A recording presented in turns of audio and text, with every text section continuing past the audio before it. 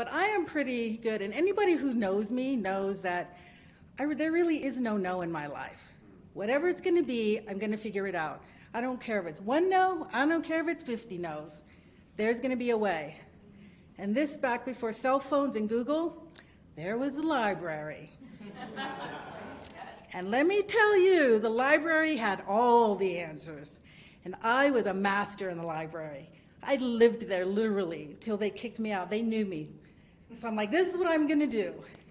And they helped me, of course, but I had to find the research, had to find the papers. I had to look up state laws and state regulations and, college admissions and college policies and what they were. And long story short, I walked into the principal's office with copies, back when they were only 1 cent, by the way,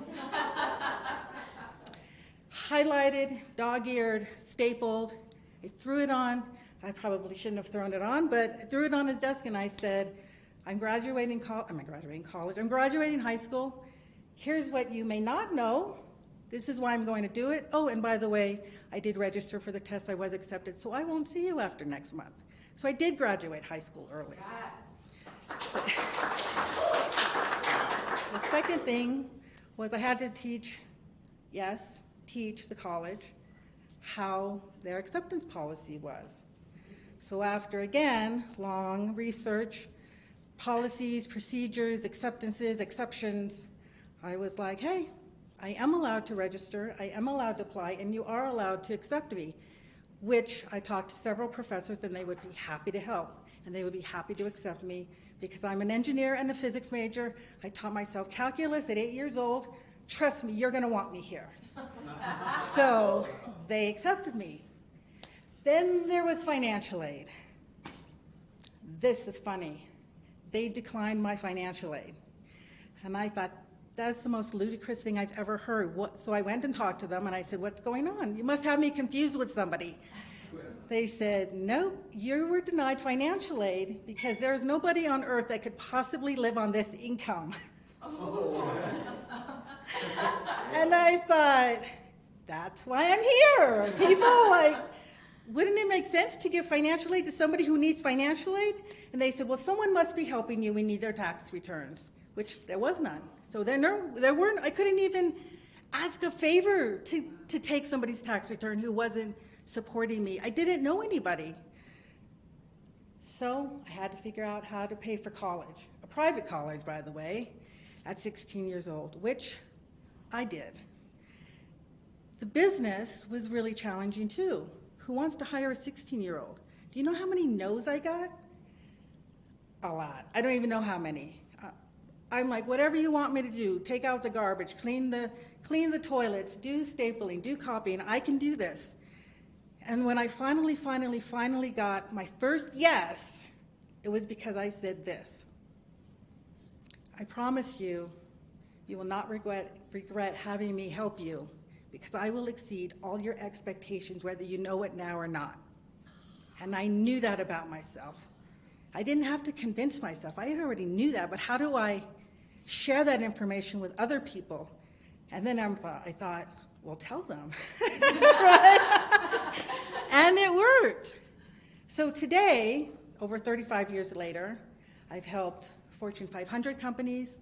I've gone and helped 13 international countries rebuild their economic and financial infrastructure.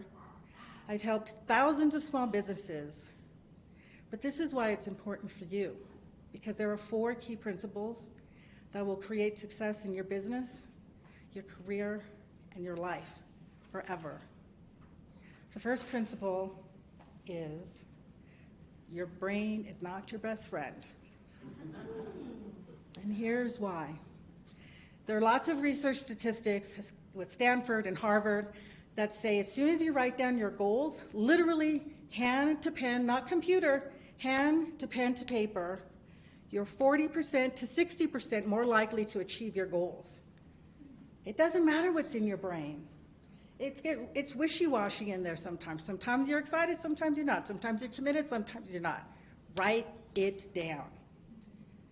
The second principle is fear is your friend.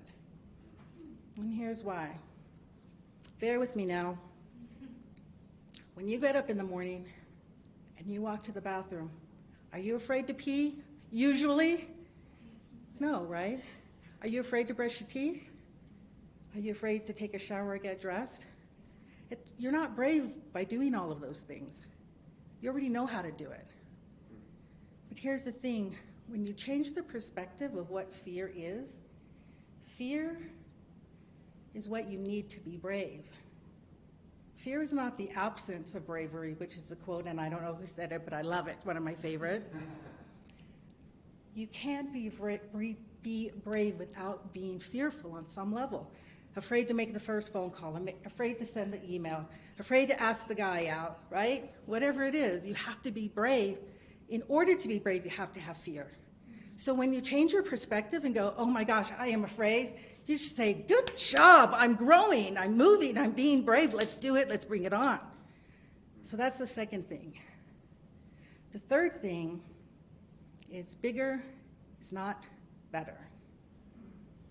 And what I mean is when it comes to action. When we have goals, no matter how small or how big, I think one of the common misconceptions is that we have to take big steps towards our goals. And that's just not true. That's when we get stuck in our own brain. That's when small steps are really important. Small steps, not big steps, small steps. They can be as small as writing something on a piece of paper or a sticky note, an affirmation, and put it on your mirror. That could mean doing a 10-minute Google search. That could mean sending an email, making a phone call. That could mean brainstorming, like how am I going to X, Y, and Z? Well, what could be some of the options that I can do, right?